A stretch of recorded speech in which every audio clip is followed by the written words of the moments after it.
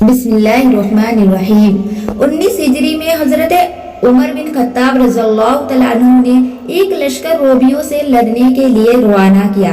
اس لشکر میں ایک آدمی تھے جن کا نام عبداللہ بن حذیفہ رضی اللہ تعالیٰ عنہ تھا۔ یہ حضور صلی اللہ علیہ وسلم کے صحابی تھے۔ رومیوں نے ان کو قید کر لیا اور زنجیروں اور بیڑیوں میں جکڑ کر اپنے بادشاہ کے پاس لے گئے۔ جب اپنے بادشاہ کے سامنے حاضر ہوئے تو انہوں نے بتایا کہ یہ محمد صلی اللہ علیہ وسلم کا صحابی ہے۔ بادشاہ نے یہ سن کر اپنے تخت سلطانات سے نیچے اتارا اور عبداللہ بن حذیفہ رضی اللہ تعالیٰ عنہ کی جانب بڑھا۔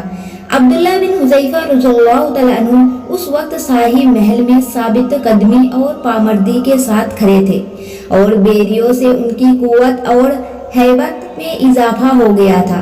بادشاہ یہ چاہتا تھا کہ کسی طرح اے مسلمان جن کی نظر میں دنیا کی کوئی حیثیت نہیں ہے، عیسائی قبول کر لے۔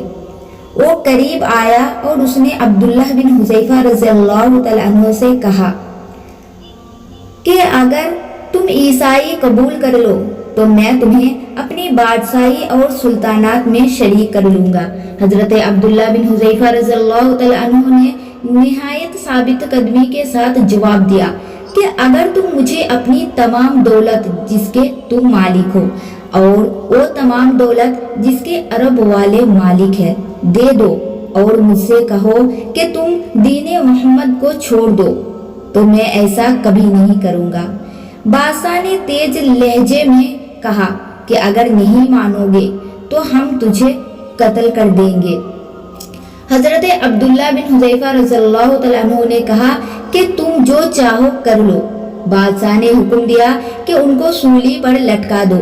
تیرانداز کو کہا کہ تم اس کے ہاتھوں اور پاؤں کے قریب ہو کر تیر برساؤ۔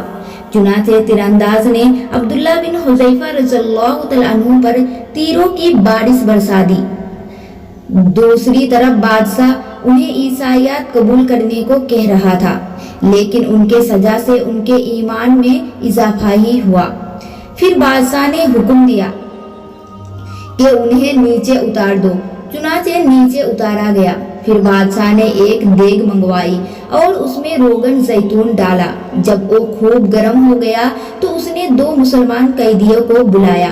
ایک کے لیے حکم دیا تو اس کو اس کے اندر ڈال دیا گیا۔ وہ اس دیگ میں تڑپتا رہا حتیٰ کہ اس کا گوشت گل گیا اور ہڈیاں نظر آنے لگی۔ بادشاہ اس کے ساتھ ساتھ عبداللہ بن حذیفہ رضی اللہ تعالیٰ عنہ پر نصرانیت پیش کرتا رہا، مگر ان کا انکار پہلے سے زیادہ ہو گیا۔ پھر بادشاہ نے ان کو بھی اس دیگ میں ڈالنے کا حکم دیا۔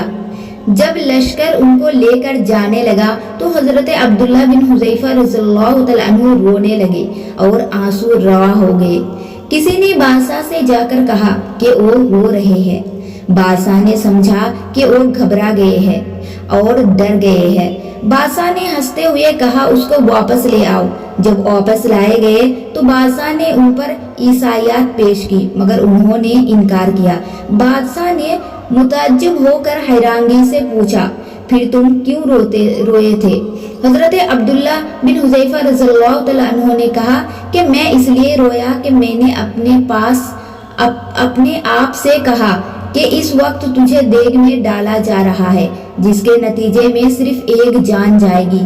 میری خواہش ہوئی کہ کاش میرے جسم کے ہر بال کی تعداد کے برابر جانیں ہوتی جو اللہ کی راہ میں قربان کی جاتی۔ بادشاہ نے حیرت سے اپنا سر ہلایا کہ یہ آدمی تو موت کو معمولی چیز خیال کرتا ہے۔ اس کے بعد بادشاہ آگے بڑھا اور ایک پیشکش کی، اگر تم میرے سر کو بوسہ دے دو تو میں تمہیں رہا کر دوں گا۔ حضرت عبداللہ بن حذیفہ رضی اللہ تعالیٰ عنہ نے خوش ہو کر کہا، نہیں، صرف مجھے نہیں، تمام مسلمان قیدیوں کو رہا کرو گے۔ بادشاہ نے کہا کہ ٹھیک ہے، تمام مسلمان قیدیوں کو چھوڑ دوں گا۔ حضرت عبداللہ بن حذیفہ رضی اللہ تعالیٰ عنہ کہتے ہیں، میں اپنے دل میں کہا کہ اگر خدا کے